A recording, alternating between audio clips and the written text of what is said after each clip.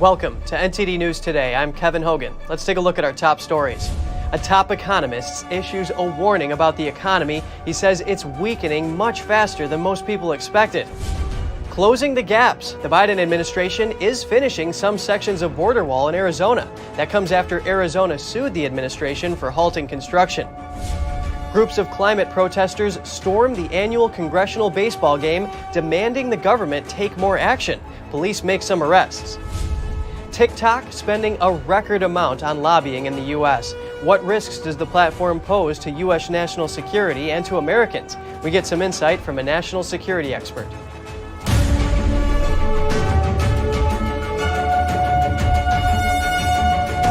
A top economist has issued a warning after yesterday's GDP report. It showed the U.S. economy shrank at a yearly rate of 0.9%. It's the second straight quarter of negative growth. NTD's Jessica Beatty reports. Former Obama official Mohamed El-Erian told CNBC Thursday that the latest GDP numbers show the U.S. economy is weakening at a much faster rate than most people expected. Yes, inflation is going to come down at a headline level, but it's not going to come down fast enough given how fast the economy is weakening, and that's going to put the Fed in the same dilemma it's been in for the last few months. He tweeted that there's a risk of deepening stagflation and flashing red recession. El-Erian said he hopes the Fed focuses on getting inflation under control. The U.S. economy has now seen 2 straight quarters of negative growth, igniting a debate about whether we're in a recession. The group that officially declares recessions, the National Bureau of Economic Research, looks at more than just GDP. The White House says it's difficult to declare a recession when other factors are strong. Our economy remains resilient. Our unemployment rate stands at 3.6%. Household finances are strong, and industrial output continues to grow. Yellen did acknowledge that the U.S. economy is slowing and warned of numerous risks on the horizon. Meanwhile, more lawmakers reacted Thursday to the surprise spending deal reached by Senate Democrats. It'd be the most ambitious climate action ever taken by the U.S. Democrat lawmakers are praising it. Just the fact that for the first time ever, we're making a really significant investment in fighting climate change, that's going to bring hope to 2 different generations. Democratic Senator Joe Manchin called his deal a win-win that would benefit the country. If it's a good bill, it's a Democrat and Republican bill. But bipartisan, it is not. They want to use the middle-class economic crisis they themselves created as an excuse to raise your taxes and ram through their Green New Deal nonsense. Senate Democrats are using a special process that would let them pass the bill without 60 votes, so no Republicans needed. The parliamentarian is now reviewing whether they can use that process or not. Jessica Beatty, NTD News. 2 updates on the border. One is that President Biden is finishing some sections of the border wall in Arizona. Former President Trump started the project. And 2, migrants reportedly felt like they nearly suffocated when about 100 of them were transported inside a single trailer. Here's the story.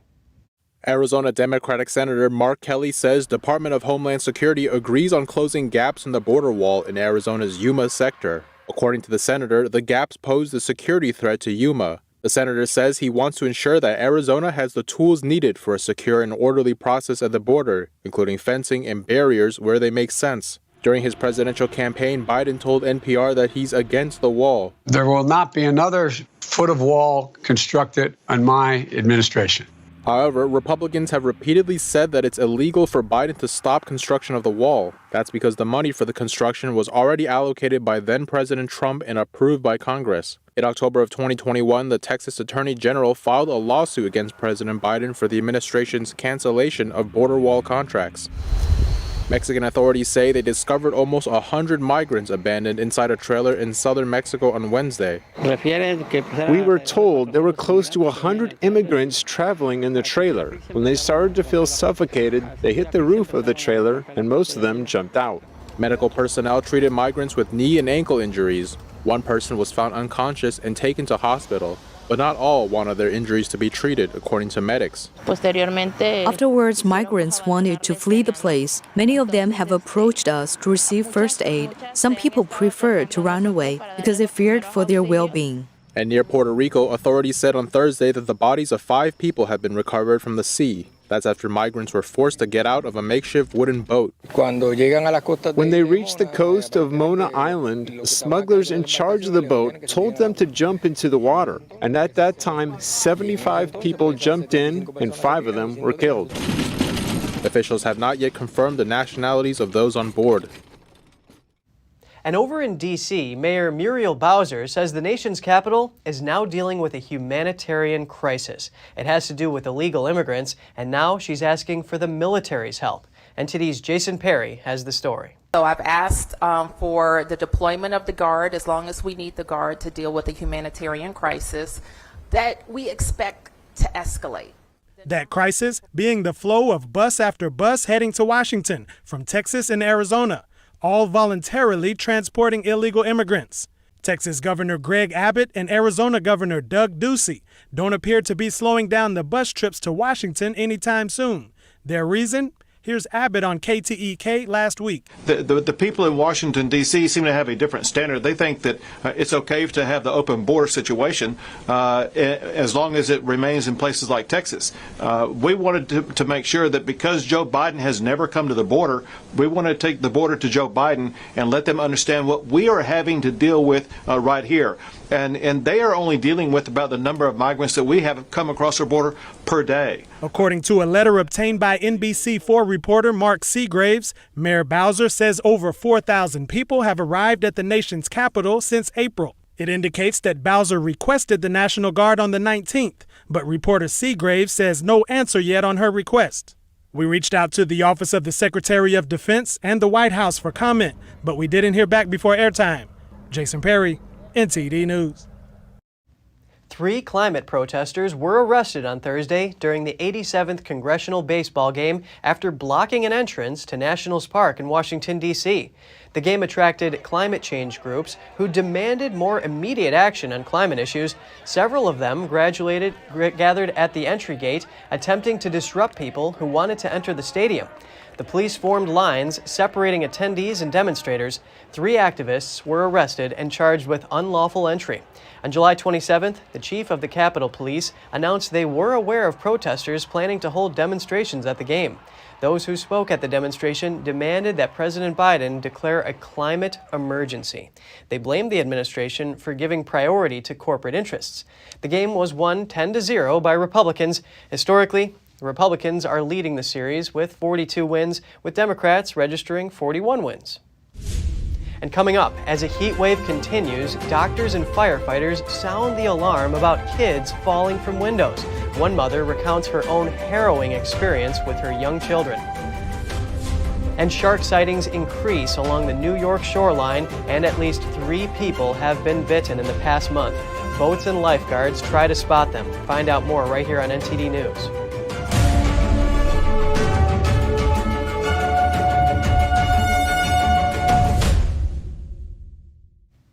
A federal appeals court says 22 years in prison is not enough for a terrorist convicted in the deadly Benghazi attack a decade ago.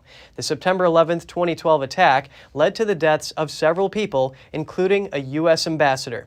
This was the first time in 40 years that a sitting U.S. ambassador was killed in the line of duty. U.S. forces captured Ahmed Abu Khatallah in 2014. Khatallah was the leader of an Islamist militia operating in the Benghazi area. He was convicted in November 2017 for his role in the attack. A U.S. District Court judge gave him a 22-year sentence. On July 26th, the U.S. Court of Appeals found the sentence to be unreasonably low for the crimes committed. A man accused of raping and impregnating a 9-year-old Ohio girl will be held without bond. The judge announced the decision on Thursday, saying the girl shouldn't have to be around the alleged rapist. This man lived in the home with this child. To allow him to return to that home, the traumatic and psychological impact would be undeserving to an alleged victim. If convicted, the alleged rapist, Gerson Fuentes, faces the possibility of life in prison with no chance of parole. He's from Guatemala and appears to be in the U.S. illegally, according to the judge. The judge said that his possible penalty and the fact that he might be in the U.S. illegally make for a substantial flight risk. The county prosecutor said DNA testing of the aborted fetus confirmed Fuentes was the father. A detective said he couldn't find any evidence that Fuentes was in the country legally. The girl previously confirmed that Fuentes attacked her. When Fuentes was arrested earlier this month, he confessed to police that he raped the girl. 5 members of an African track and field team that had been missing for days in Oregon have been found. They're visiting Eugene from Ontario for the Oregon 22 World Athletics competition. The Ontario National Athletics Federation reported 4 athletes and their coach missing from university campus housing on Sunday. They had not been seen since Saturday night. That same organization is now saying they have been located and are resuming activities with the team. It's not known where they went or what they were doing while authorities were searching for them. As the heat wave continues across the country, doctors and firefighters are warning parents and caregivers about kids falling from windows. Between 3,500 and 5,000 kids, usually between 2 and 5 years old, fall from windows annually in the United States. NTD's Andrew Thomas has more. While her teenage stepson watched her young kids earlier this month, Chelsea Nelson took a short break in her adjacent bedroom. Then she heard a loud noise. And I just all of a sudden heard a loud bang. And it was so loud that instinctually I just had to go see what it was. And my stepson, who's 15, was on our patio, and that's when he told me they had fallen. And I just see them off my balcony, just laying lifeless on the ground. Her 2-year-old Jamari and 5-year-old Alavia had fallen from their 3rd-story apartment. She rushed out in a panic. Ran down the stairs, and it was almost like a nightmare, where like those staircases just feel like they're never ending. And for some reason, I just couldn't catch my footing, and I feel like I'm tripping down every step as I'm, rushing down the stairs. She found her daughter unconscious and bloodied. Her son was knocked out too. And just last week, a toddler died after falling 15 stories in Chicago. It's tragic, partly because the injuries can often be severe, even devastating, partly because families are so shaken up by it. Most parents didn't realize that this is something that could even happen. In the Pacific Northwest, falls from windows spike in the summer. The region is facing temperatures in the 90s this week. Officials say steps to keep kids away from windows include getting stoppers so that a window doesn't open more than 4 inches, moving furniture away from windows, and constant supervision. I'm talking to anybody that will listen, because I had no idea either. I had no idea what a window stop was. I had no idea what window guards were. Days after their fall, both of Nelson's kids still have scratches healing on their faces, but she said they're mostly back to normal. Andrew Thomas, NTD News. Shark sightings are on the rise along the New York shoreline, and at least 3 people have been bitten in the past month. Patrol boats, drones, and lifeguards are working to alert swimmers of any possible shark sightings. NTD's Andrew Thomas reports. Lieutenant Sean Riley is with the New York State Environmental Conservation Police. He explained what they look for on a patrol boat. Bunker's going to be the thing that's going to get our attention. Bunker up on the surface, that something's pushing them up there, and then we'll go by and try and see if we can verify what it is. Cleaner oceans, warmer water temperatures, and a resurgence of bunkerfish that sharks feed on are seen as factors. Detection from drones to helicopters has also improved. They've had the sharks all the way in 5-10 feet of water, right 20 feet off the beach in a couple places, but I want to say it's normal for them to be that tight unless they're really chasing some schools of bait fish. A lifeguard with a drone on Long Island's Jones Beach captured footage of a large shark chasing a school of fish in early July. A great white shark carcass was removed from a Long Island beach earlier in the month. The shark was approximately 6.5 feet in length and weighed about 250 pounds. Not to minimize the recent sighting, Lieutenant Riley noted people often mistake dolphins for sharks. See a dorsal fin on the surface, and the shark fin, dorsal fin's usually going to have a straight line on the back with an angle forward that may have some curve to it. The dolphins, their dorsal fins curve front and back. Experts say the increase in numbers of sharks is a sign that conservation efforts have succeeded. Andrew Thomas, NTD News. The jackpot for the Mega Millions lottery has reached $1.1 billion. NTD's Andrew Thomas has more. The Mega Millions drawing takes place on Tuesday and Friday nights. The jackpot has been growing since April 15th, when the last prize of $20 million was won. And what would you do if you won? Pay some bills. Yeah. Definitely pay bills. That'll be a priority. That's a number one priority for me. Knock some bills down. And after that, I'll see what I got left. In the history of the Mega Millions, 2 jackpots totaling over $1 billion have been won. The last winner was in January of 2021. What would be the biggest life change? Gosh, all of that money? You could do so much with it. Buy my son a house, my daughter a house, pay off my student loans.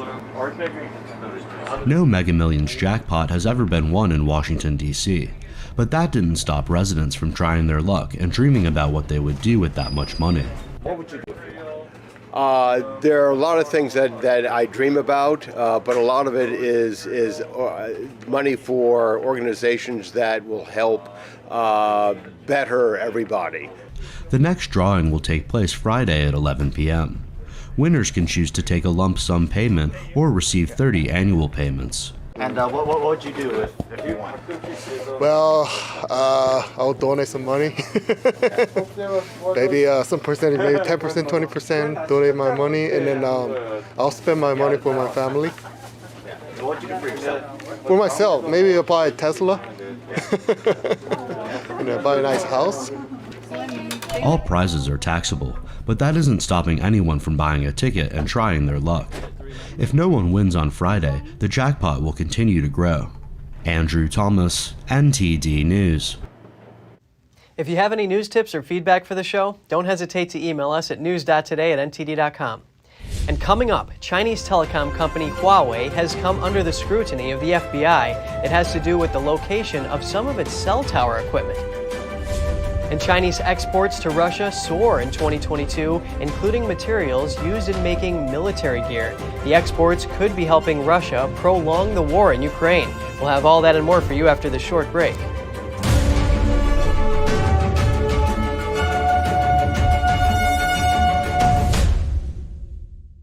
Larry Elder here, and I've got some great news for you. If you're tired of the censorship in this country, then you're in luck. You can go over to epictv.com and watch honest programs that don't spin the facts.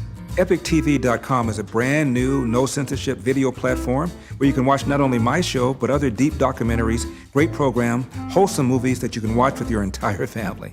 So head over to EpicTV.com. I'll see you there.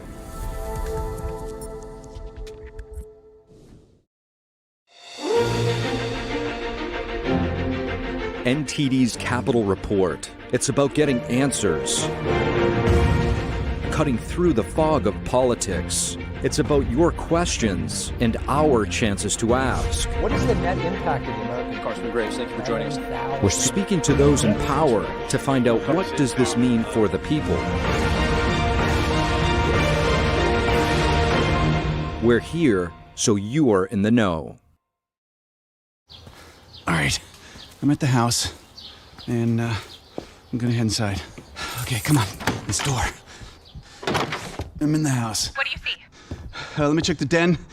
There's nothing in the den. Let me check the kitchen. There's no one downstairs, it looks like. Wait, what was that? I don't know. Let me head upstairs. What do you see? What the? Did you shut this bathroom door? No. Oh, What? It's not here. What do you mean? The gun's not here. What? Where is it? Oh my God. What's going on? Cam. Oh my God, what's going Cameron, are you in there? Open the door. Cam, please, please, open the door, Cameron. Come on, Cam.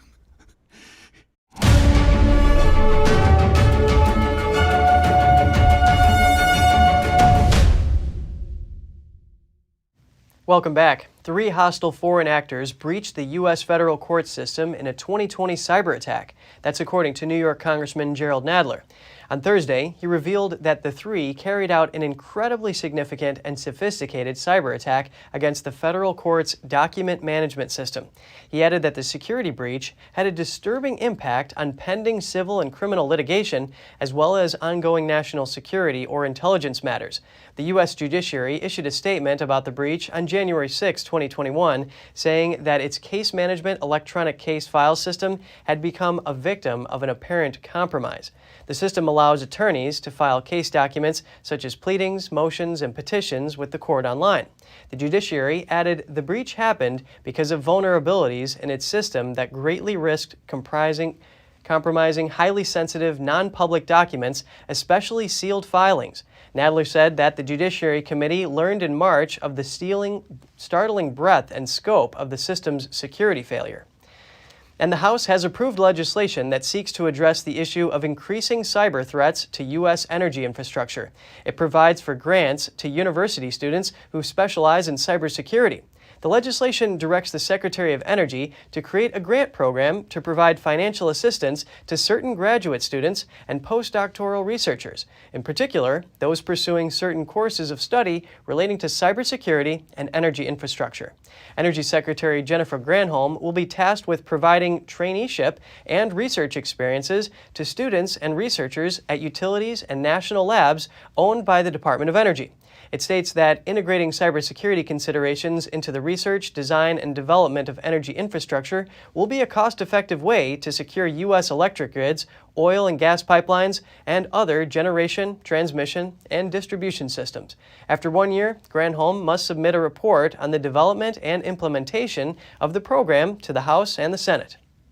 TikTok is stepping up its lobbying efforts with a blitz on Congress and the executive branch. The platform's parent company is connected to the Chinese regime, so we ask, how pervasive is foreign influence in the U.S.? From the CCP buying farmland in North Dakota near an Air Force base to its use of technology to gain information on Americans, who's connecting the dots?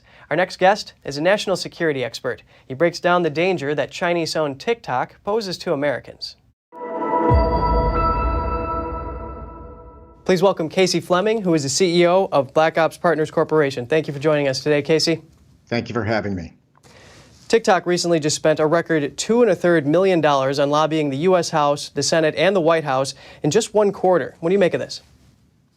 What I make of it is it's a significant national security concern. So 2.3 million is a very large step up over the last 2 years, 2019, 2020, 2021. That step up is because the U.S. Intelligence apparatus is actually looking at it as a national security concern. So the step up is to try to lobby that from happening and from taking TikTok off the phones of our children and young adults. Tell us more about ByteDance, who owns TikTok, and its connection to the CCP, and how this would pose a threat to the United States. Well, first, when you're doing any business whatsoever with a company in China, or buying products with China, or your investments are in China, or some of your investments are in China, it's important to understand that you're doing business directly with the Chinese Communist Party. So when you say a company owns TikTok or ByteDance, it's really the Chinese Communist Party that owns TikTok and owns the parent, which is ByteDance. So how would they use any of this information on the app to their advantage? Well, there's this, a lot of people don't understand. They think an app on a phone is very innocuous and it's just fun to use. And that's exactly what it's designed to do. It's a total national security concern. It's a personal security concern. And when I say that, it means that it's got the ability to be used against you currently and in the future. Don't just think about what's going on today. So they're tracking everything on your phone: what time you wake up, where you go, how much time you spend on your apps, what apps you went to when you first woke up, what was the most important, your geolocation, where are your pictures and the geolocation on those pictures that are in your camera roll, your emails, your passwords, your contacts. Everything is being tracked and sent to China. So Casey, very briefly, I can understand how the sensitive information of officials could be very dangerous if it gets out. But the average American, how does it affect just the landscape of the United States if the CCP does get a hold of this information? Well, your phones are tracking everything you do, everything, where you go, what's important to you, what your, not just your personal information, but also any business or company information, or if you work for the government, those type of things. And all that information is being sent back to China, whether it's on your phone or whether it's on your computer, if you're using TikTok, either way, on your phone or on your computer. So you have to understand that those applications are meant to send all this information back. And you have to understand your adversary. They call us their enemy. So what does that tell you? So you have to understand when you have an enemy, just think back in previous wars. Think about it. How would Hitler have acted in World War II if he had technical information, all the technology information he ever dreamt about on every American and every Brit? And every French person back in World War II. It's just understand, you have to understand your enemy to understand what they're using that information for. We look at it the different way. We're used to looking at the world as a free world and everybody's got the same values. And that's certainly not the case when it comes to the Chinese Communist Party. Well, it's definitely a very important issue to be addressed. Casey Fleming, Blackops Partners Corporation, thank you so much for your analysis. Thank you for having me. Chinese tech company Huawei has long been the subject of U.S. government allegations that it could spy on U.S. customers. And now the FBI is focused on the placement of the company's cell tower equipment. Here's that story. Chinese telecom company Huawei is in the hot seat over some of its business decisions. An FBI investigation found that the company has a pattern of installing equipment on cell towers located near American military bases. What makes that a cause for suspicion? The towers are in rural areas where installing gear is not profitable for the company. So why install gear there? The FBI reportedly found that Huawei's equipment could technically disrupt American military communications. That includes highly restricted Defense Department communications used by U.S. Strategic Command, the force that oversees nuclear weapons. A recent CNN report highlighted the issue, but U.S. officials and experts have been raising similar concerns over Huawei for years. In a recent interview, Jonathan Pelson, author of the book Wireless Wars, said the Chinese telecom company is driven by motives other than profit. It was clearly not a coincidence because they were not making any money on these deployments. It was clearly a political and military move that they were doing to put their cell tower equipment right around our most secure locations in the country. Huawei is believed to have extensive links to the Chinese Communist Party. China's support of Russia has raised concerns across the Western world. That's with Beijing ramping up its shipments of goods to Russia. Let's take a closer look. In the first half of 2022, Chinese microchip exports to Russia have doubled compared to last year. Now they're worth around $50 million US. What's more, shipments of printed circuits are soaring to double-digit percentage growth. Those parts are a significant component in making military gear, as well as a crucial material for weapons manufacturing and aerospace. Aluminum oxide shipments from China to Russia are also 400 times higher than last year. That's according to Chinese customs data. U.S. Ambassador to China Nicholas Burns last week emphasized the U.S. government's urging for China to stop supporting Russia. Since the beginning of the Ukraine war, Washington has repeatedly warned Beijing not to aid Russia's invasion. It's also made clear that if Beijing insists on supporting the country, China will face sanctions as well as Russia. Beijing denies supporting the war, though Chinese data reflects boosted oil and raw materials exports that may be helping continue the conflict. Last month, Washington just announced plans to add 5 Chinese companies to its trade blacklist. That's after they reportedly aided Moscow's military. On the Chinese side, Beijing refuses to call the Russian attack on Ukraine an invasion and blames the U.S. for the issue. Beyond that, Chinese regime leader Xi Jinping has said China and Russia's friendship has no limits. The U.S. aircraft carrier USS Ronald Reagan has returned to the South China Sea with its fighter and reconnaissance aircraft on board. That's as tensions between the U.S. and China rise over a potential visit to Taiwan by House Speaker Nancy Pelosi. Commander Haley Sims said in a statement that USS Ronald Reagan Strike Group is operating in the South China Sea after a port visit to Singapore. He says further ship movements cannot be discussed, but that the carrier group is continuing normal operations in support of a, quote, free and open Indo-Pacific. The move comes amid increased speculation over the timing of a potential visit by Pelosi to Taiwan, a self-governing island that China views as a breakaway province. It would be part of a broader trip to Asia in the coming weeks. A security plan involving ships and aircraft is being developed by the Pentagon to ensure Pelosi is kept safe should the trip go ahead. And just ahead, as Europe wonders whether it will have to start rationing because of gas supply shortages, we take a look at the history of rationing in various countries. And a German pilot project is looking into the dual use of solar power and fruit growing. Part of the mission is to grow organic apples while producing green electricity at the same time. Stay tuned for more right here on NTD News.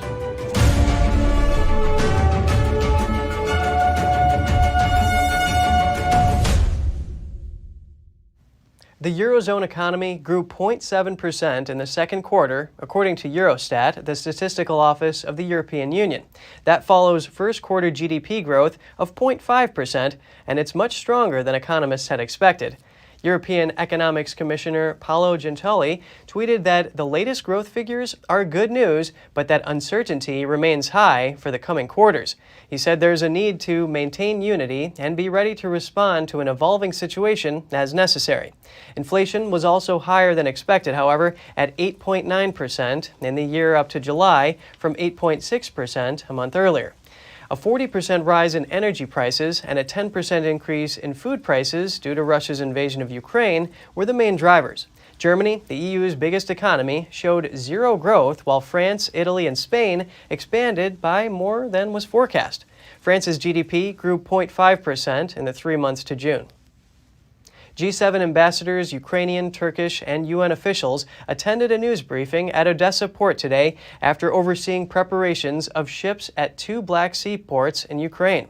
They're hoping those ports can restart grain exports that have been blocked since the beginning of Russia's invasion of Ukraine. British Ambassador to Ukraine, Melinda Simmons, thanked Ukraine for the efforts to make the deal happen. She called on Russia to follow through on the agreements. Canada's ambassador to Ukraine said the ships were loaded and ready to go. Russia and Ukraine agreed last week to unblock grain exports from Black Sea ports. The deal was the first diplomatic breakthrough on the conflict. Wheat prices in Asia slid this week on expectations of higher supplies, but fierce fighting makes it risky. Ukraine's infrastructure minister said he hoped the first ships could leave the port before the end of the week, and the U.S. ambassador to Ukraine said she hoped an agreement would be reached later on Friday to open the way for the first shipment. While the blockage of grain from Ukraine has fed into food price rises around the world, shortages of Russian gas have raised energy prices in Europe and prompted fears of shortages over winter.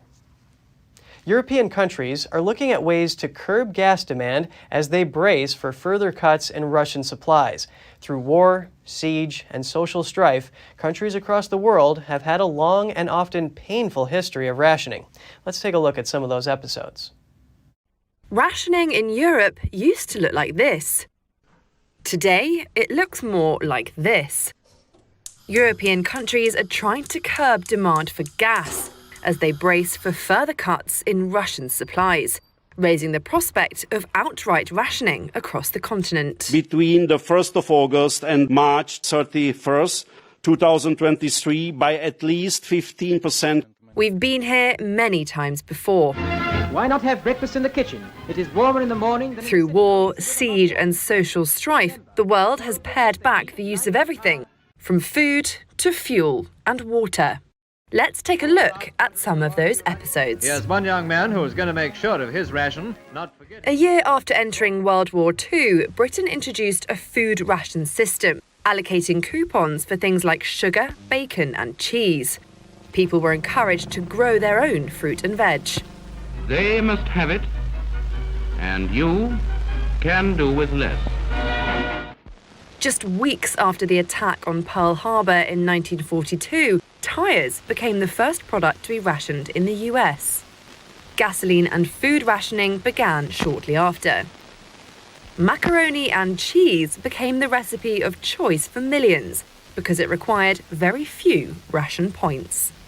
This following the grave news of impending shortages. After the Second World War, rationing behind the communist-run Iron Curtain was widespread. Today, meat became the ultimate status symbol. In Poland, the government rationed sugar, cigarettes, shoes, petrol, meat and other basic food essentials. It led to hunger demonstrations and the growth of the anti-communist solidarity movement by the early 1980s. People have grown tired of the daily scramble to fill their stomachs. Many say it's now worse than during the war. In 1973, the oil embargo by Arab exporting states plunged Europe into a deep energy crisis. West Germany, Denmark, Italy and others banned driving on Sundays. France lowered speed limits and stopped TV broadcasting at 11 p.m. to encourage people to go to bed. In 2014, Venezuela's Nicolas Maduro introduced a secure food supply card.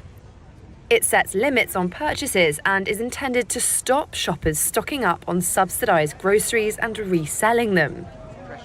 Cuba's rationing system, introduced shortly after Fidel Castro's 1959 revolution, made a comeback during the coronavirus pandemic. Basic items like soap and washing up liquid became subject to rationing amid widespread shortages. In other parts of the world, panic buying stripped supermarket shelves bare, forcing some grocers into ad hoc rationing of goods like toilet paper. Imagine growing organic apples while producing green electricity at the same time. That's exactly what one German pilot project is looking into through the dual use of solar power and fruit growing. Since 2020, a research facility has been running in Gelsdorf in southern Germany. Here, organic fruit farmer Christian Nachtwey looks after the fruit orchards with solar panels on top. The research is conducted on various apple varieties. Part of the mission is to find out how the solar panels protect the fruit crop from the weather. We are under an agro-photovoltaic plant here. This is an experimental plant. We are trying to combine solar power production with crop protection, which is essential in cultivation. We need crop protection. We need to protect the crop from heavy rain, from hail, from too intense sunlight, which later leads to burns on the fruit. In addition to growing fruit, the system also produces green energy. We hope that with the agri-PV systems we can actually kill two birds with one stone. On the one hand, we can sustainably produce high-quality fruit under the same conditions as we do now with the standard hail net. And at the same time, we have the protective function of the agri-PV system and can also produce green electricity. One advantage of the agri-PV system is that no agricultural land would be lost, like with usual ground-mounted photovoltaic systems. Another important thing is that we do not lose any agricultural land with the agri-PV system. In other words, with normal ground-mounted photovoltaics, this usable land is lost, and here we can do it in dual use. The agricultural land remains in use, and in addition we can produce green electricity. The solar modules are constructed so that enough sunlight is allowed to pass through, that allows the apples to grow and ripen. Agri-photovoltaics offer the chance that if the whole thing is built and installed for the benefit of the crop, we can achieve crop protection, a cultivation space that can be used for years, if not decades. The solar power generated could even be used to power an electric tractor. Andrew Thomas, NTD News. A Bolivian startup is betting on a government initiative. It's to tap into the world's largest lithium deposit. The company hopes locally made batteries can be used in the electric cars they produce. The automaker Quantum is based in central Bolivia. The company makes tiny cars that can hold up to 3 passengers and travel at speeds of up to 34 miles per hour. But their lithium batteries are made abroad. Bolivia is home to the world's largest lithium mine. The country's president, Luis Arce, is pushing to industrialize its vast lithium resources before his term ends in 2025. Bolivia has invested hundreds of millions of dollars in lithium mining. Still, it produces very little of the battery material, partly because of impurities. While lithium is key to making batteries, so are other metals like nickel and cobalt, which Bolivia does not produce and would need to import. And if you have any news tips or feedback for the show, don't hesitate to email us at news.today@ntd.com. And still to come, Senegal hopes an underwater museum can bring back more fish to its waters. Overfishing has threatened the country's food supply, and local fishermen are catching less fish. And pet owners in the United Arab Emirates are taking their dogs for a run on the treadmill. This is the country's first dog gym. Let's find out more in just a minute here on NTD News.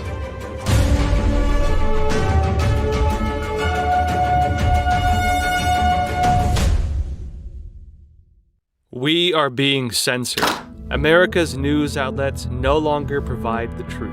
90% of news outlets in the United States are controlled by 6 corporations. They're not out to tell you the truth of what's happening. They're out to tell you the picture of the world that they represent.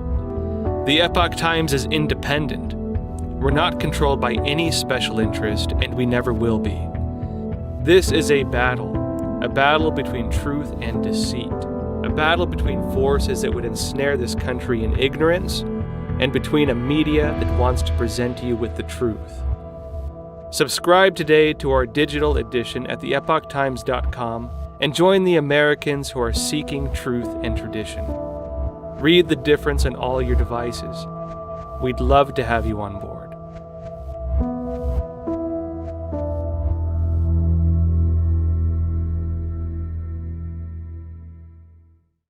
Court packing. It's the tool of left-wing authoritarians. Hugo Chavez packed Venezuela's Supreme Court with his socialist cronies, paving the way for his tyrannical regime. Now America's socialist radicals want to pack our Supreme Court with 4 new liberal justices. Court packing is a coup to take away your constitutional freedoms and to turn America into a socialist country. Don't let them destroy our great republic. Go to supremecoup.com to learn more.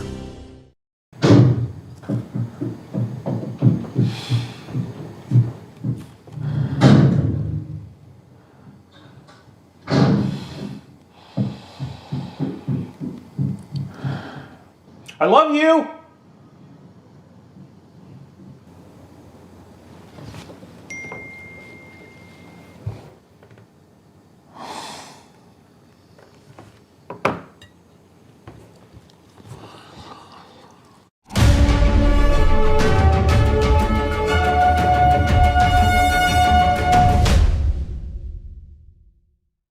In Hong Kong, a giant suspended video panel fell down onto dancers at a pop concert. At least 2 dancers were injured, one of them seriously. And now, all shows are suspended at Hong Kong's Coliseum. And just a warning, some viewers may find the following disturbing. Hong Kong boy band Mirror was performing at the time. None of the members of the group were injured, but according to local media, the dancers and 3 audience members were hurt. Authorities have banned the group from performing pending an investigation. The band was scheduled for a run of 12 shows.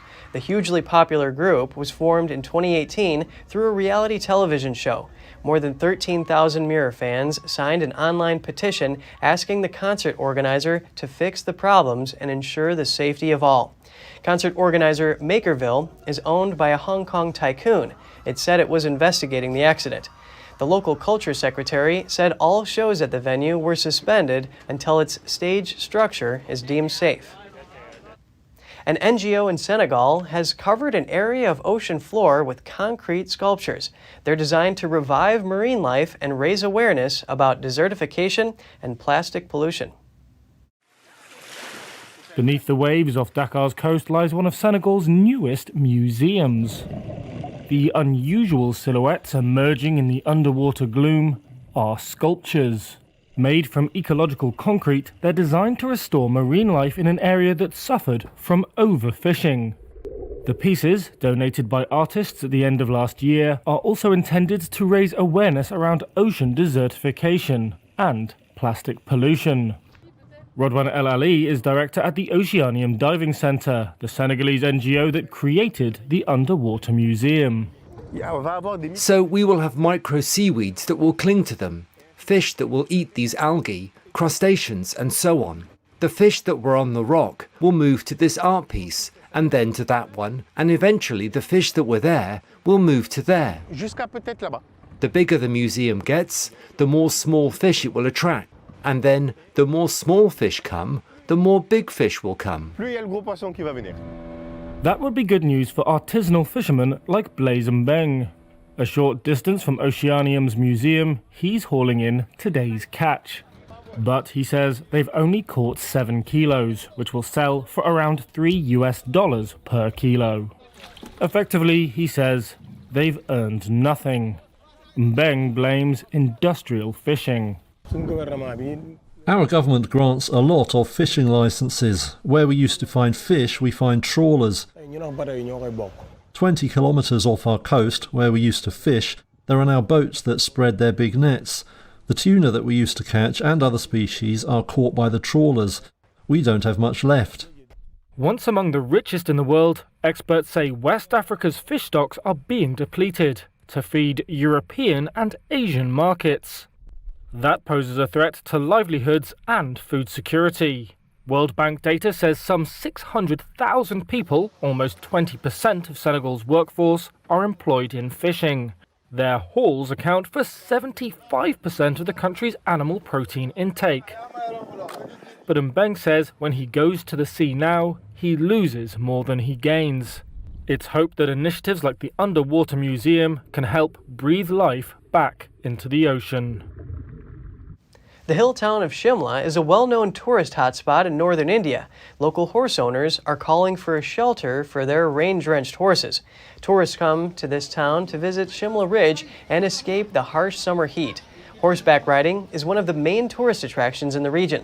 Hundreds of horse owners depend on it for their livelihoods, but animals suffer when it rains. Many horses get sick from prolonged exposure to moisture. On rainy days, they are made to wear plastic sheeting as raincoats. The president of the local Horse Owners Association says some horses have even died for lack of shelter. An Indian high court has ordered the construction of shelters for humans and animals alike, but horse owners say none have been built yet. A one-of-a-kind fitness facility is open in the United Arab Emirates, and it's welcoming four-legged clients. Let's take a look. Posh Pets is the Emirates' first indoor dog gym. Located in Abu Dhabi, the business ushered in a new group of customers. The idea was to provide like a healthy gym for all the kind of dogs. I was one of those people to be owning a dog. My struggling was on the summertime, how I can provide a good environment to exercise them. Dog owners take their pets on 2 treadmills designed specifically for dogs. Following assigned safety measures, the canines wear a harness secured to a spring system. They do running, jogging, or walking at their own pace for 15 minutes. My friends told me about this very nice place where my dog can have a nice activity without being hit by the sun, without having any distractions, just a place specialty for dogs. So that was the main reason we came here. Both dogs and owners seem to enjoy the sessions. Each visit, the dogs gradually increase their exercise time. This way their muscles can properly adapt to using the machine at longer intervals. A giant 3D dog appeared on digital screens in Tokyo's Shibuya district today. It caught the attention of pedestrians as it leaped across electronic billboards to catch a Frisbee. The dog, an Akita, appears once an hour on 8 separate screens. The installation comes after a 3D cat on another billboard in Tokyo went viral last year. The project's creative director said the 3D cat in Shinjuku is famous, but when people think of Shibuya, it has to be a dog. That was the request from the billboard advertising company. The busy crossing has a landmark in the form of a statue of a dog named Hachiko. The Akita is remembered for his loyalty as he sat outside the nearby station every day for nearly a decade after his owner's death, waiting for him to return. And just ahead, a wedding happens every year in the village of Galuchnik in a mountainside in North Macedonia's border with Albania. Scores of wedding goers get together for the event each year. Stay tuned for more right here on NTD News.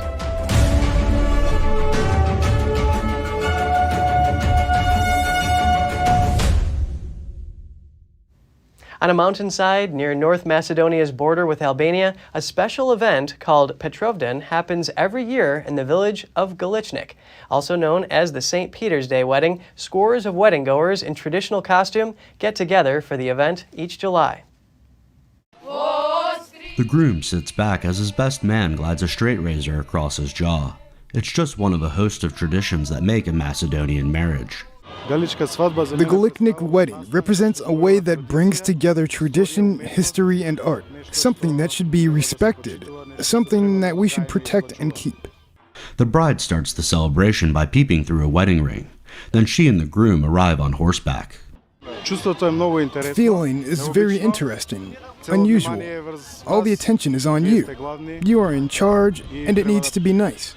Begun in the middle of the last century, the Galichnica wedding was devised as a way to unite the community as families and young people moved out. Today, the tradition draws Macedonians from all corners of the world. My background is Macedonian. My parents are from Macedonia, and I've been wanting to come here since I was a little girl. I used to dance Macedonian dancing, and so all of the costumes that they wear, we wore when we were dancing, and so I wanted to come here since a little girl, and I'm finally here. When the ceremony is over, the dancing begins. The women are dressed up in brightly colored gowns and perform the bride's dance. I mean, I'd like to be part of the entourage, and I'd love to be able to dress up in the costumes and dance with them. I think it's an incredible part of our history, a part of Macedonia's history, and I'm really pleased that they continue with it. The men are dressed in wool trousers and caps and perform the teshkoda, or hard dance.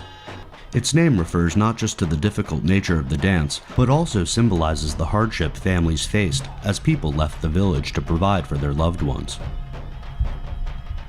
Andrew Thomas, NTD News. A whiskey featuring the taste of green crab is going viral, and not just because of its unique flavor. It's also said to help solve an environmental concern. Tamworth Distilling is in a small town in New Hampshire near the Canadian border. Close to it are the waters of the Atlantic Ocean. There, global warming has led to a flood of green crabs. That's bad news for other marine life, but it has given Tamworth new inspiration. The brewery combined more than 90 pounds of green crabs with a 4-year-old bourbon base to make a green crab-flavored whiskey, the Crab Trapper. The blended whiskey is steeped in spices. One distiller said the inspiration came from an Asian cooking where fish sauce is used. With a limited run of only about 500 gallons per batch, the spirit is already in short supply. Production of the 4th batch is about to begin. For now, distribution is only within the United States, but the brewery hopes that one day it will expand to other parts of the world, especially Asia. Why is it that some people beat all the odds? A Japanese lady, aged 119 years old, loved sugary drinks. What other factors featured in this super centenarian's life? Here's Gina Marie, who brings us Strong Mind and Body.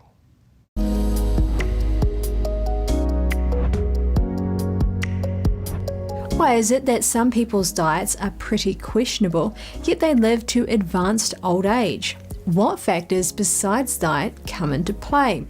Well, the Guinness World Records verified that Kane Tanaka was the world's longest living person. She sadly passed away in April this year, aged 119. She enjoyed most foods. Liquid choices included canned coffee and carbonated drinks. Oh, and did I mention chocolates? Let's take a look at her lifestyle. She got along well with the nursing home staff. She practiced calligraphy and kept up with mathematics every week. She set herself the goal to, quote, live a healthy life to the age of 120. Doctors say 3 major factors exist. Socializing to avoid loneliness. Generally, older people have fewer friends, leading to loneliness and a breakdown in physical health. People who maintain contact with family, friends, and community usually live longer. Loneliness harms mental health. Cognitive function takes a hit when the spirit is dented due to loneliness. Photos of Kane's life revealed a peaceful and calm person. Doctors believe the real secret is a generous heart. Patients diagnosed with cancer of the heart or lungs often carry resentment or hatred near these organs. Negative emotions affect the immune system. We concentrate on physical disorders, but what about brain health? Try these. Live in the present, be curious, do hobbies, be considerate of others, maintain friendships, and keep physically fit. These attributes came naturally to Kane. Helping others and being altruistic guarantees good brain health. The 39th Annual New Jersey Lottery Festival of Ballooning set off today from a central region of the Garden State. A crowd was on hand in Reddington, New Jersey for the inflation and start of the festival. Some 175,000 people are expected to take part over the weekend. About 45 balloons are being included. They range from those dedicated to the New Jersey Lottery and Pepsi to some that are dedicated to tigers and unicorns. The New Jersey Division of Travel and Tourism says the annual festival is the largest summertime hot air balloon and music festival in North America. The clear and cloudy day with calm winds were ideal for flight. Prices for a ride range from $250 to $315 per person, depending on the time of day. Thank you so much for joining us. We're going to put our email address on screen. We'd love to hear from you. For podcasters, that's news.today@ntd.com. Until next time, Kevin Hogan, NTD News, New York City.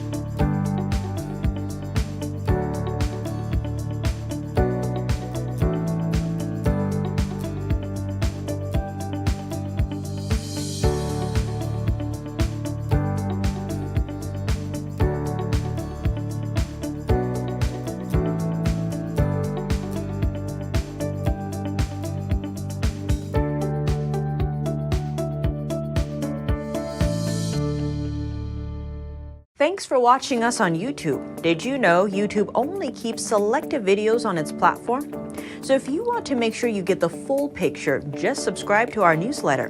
Go to newsletter.ntd.com and sign up. It's free.